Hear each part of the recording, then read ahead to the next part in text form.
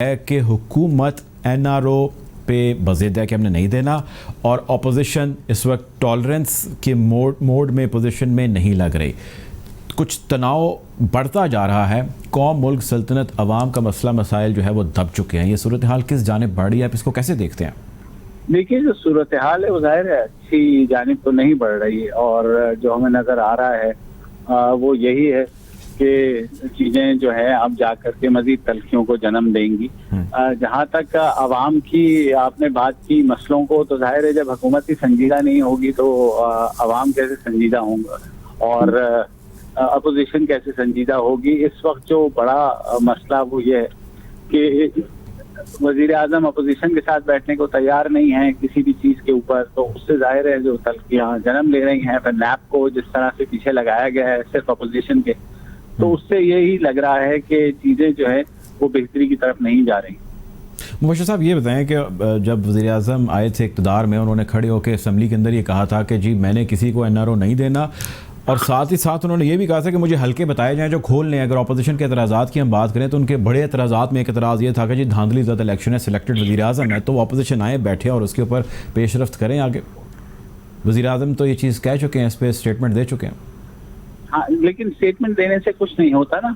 उसके बाद जो है वो पार्लिमानी कमेटी भी बननी थी जिसने ये तय करना था कि 2018 के इंतखाबात में धांधली हुई या नहीं हुई, तो वो नहीं बनी। तो मेरे ख्याल में स्टेटमेंट देना काफी नहीं होता, उसको वर्ड्स में उसको जो है वो फिर ट्रांसलेट भी करना होता है आपने एक्शन में, जिसकी कमी नजर आ रही है। अब वजीर आजम अहम अमूर पर भी अपोजिशन के साथ बैठने को तैयार नहीं है, तो जाहिर है एक तनाव की कैफियत रहेगी।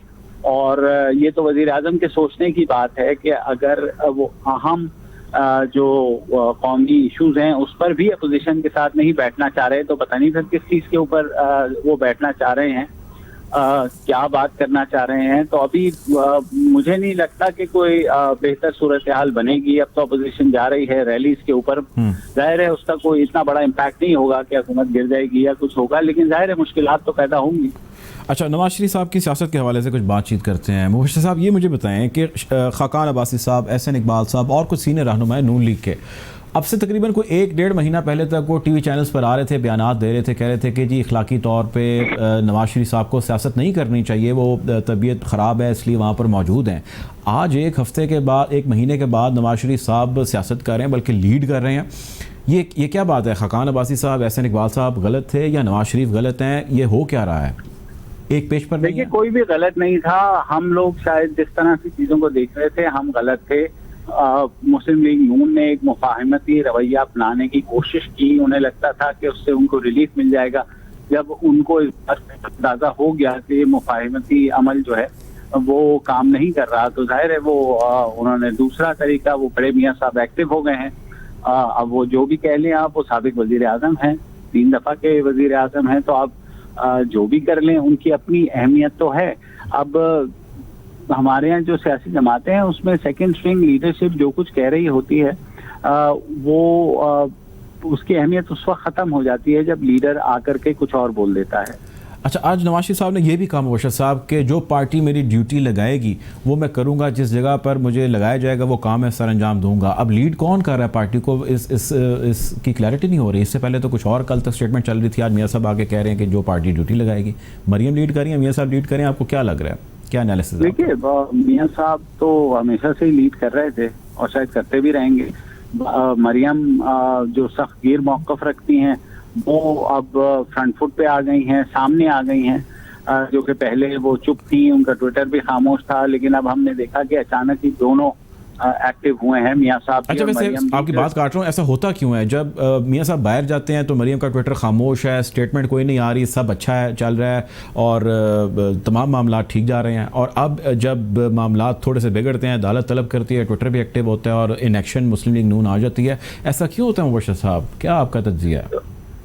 देखिए, ऐसा इसीलिए होता है कि जाहिर है जब आप किसी में पैसे डालेंगे तो वो आगे से बोले। उनको तो अदालत ने तलब किया है मुबश्शिर साहब, अदालत तलब कर रही है, उनको कह रही है जी आप फेस करें। आप तो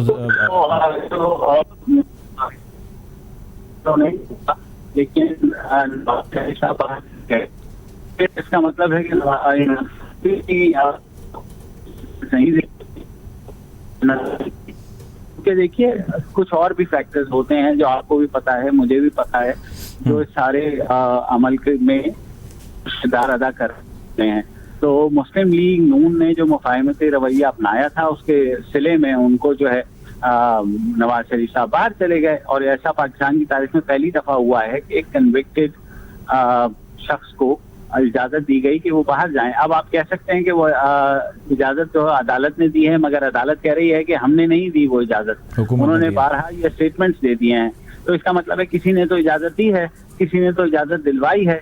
तो हमारे यहाँ जो चीजें पसे पर्दा हो रही होती हैं वो बाद में उनके नतीजे इस तरह सामने आते हैं। ये जो जारहाना अंदाज अपनाया है मुस्लिम लीग नून ने, आपको लगता है उनको सियासी तौर पर इसका कोई फायदा होगा, या ये सिर्फ जो है वो एक पॉइंट स्कोरिंग के लिए चीज कोई ऐसी कर रहे हैं? देखिए फायदा होगा, मुस्लिम लीग नून को फायदा होगा, क्योंकि पार्टी जो है वो वोटर्स का जो भी सेंटिमेंट था उसके अगेंस्ट जा रही है। तो अब जब मियां साहब और मरियम खुल के सामने आ गए हैं तो वोटर भी खुश है। वोटर भी खुश है। मेरा आपसे आखिरी सवाल है मुबश्शिर साहब, हमने बयानात सुने, सियासी बयानात जो हाई कोर्ट के अंदर हुए, जिस पे ज़मानत मनसूखी हुई, अरेस्ट हुए शहबाज शरीफ साहब। $26 मिलियन की रकम मुंतकली का इल्ज़ाम है विद प्रूफ्स नैब के मुताबिक मियां शहबाज शरीफ पर, जिसमें उनके चपड़ासी से लेके मुलाजिम से लेके ड्राइवर से लेके पता नहीं एक लंबी फहरिस्त है नामों की, जिसमें जिनके अकाउंटों में अरबों रुपए ट्रांसफ़र हुए। नैब ये कहती है जिसकी वजह से नैब की जिस्मानी रिमांड 14 रोज़ा तहवील में मियां शहबाज शरीफ हैं कि ये कासिर है हमें जमा कराने से। आपको कितनी सदाकत लगती है नैब के इस बयानिए में? देखिए नैब जो भी बयान दे, नैब का रिकॉर्ड जो है वो अच्छा नहीं है। अगर आप देखें कि नैब ने अगर इस तरह के माजी में भी जितने केसेस किए हैं उनका कन्विक्शन रेट क्या है, नैब अदालतों से तो आप सजा दिला सकते हैं, मगर जब वही चीज हाई कोर्ट और सुप्रीम कोर्ट में आ जाती है तो वो सजा क्यों कलअदम हो जाती है। कभी ये सोचिए, नैब का रिकॉर्ड निकालिए और चेक कर लीजिए कि नैब ने जो पॉलिटिशियंस के खिलाफ आज तक केस बनाए हैं उनकी कन्विक्शन 1% भी नहीं है। तो आप कह दें, आपको याद होगा जो डॉक्टर आसिम के खिलाफ केस बनाया गया था, वो भी 270 अरब रुपए का था, लेकिन आज वो केस कहाँ है? तो उस वक्त नैब क्लेम तो करती है कि उसके पास सारे डॉक्यूमेंट्स मौजूद हैं और वो कर सकती है, लेकिन नैब अदालतों से सजा दिलवाना एक फर्क चीज है, और वही चीजें जब आला अदालतों में आती हैं, अदालत आलिया या अदालत उज़्मा में, तो वो उन्हें उठा के बाहर फेंक देते हैं। तो ऐसा क्यों होता है?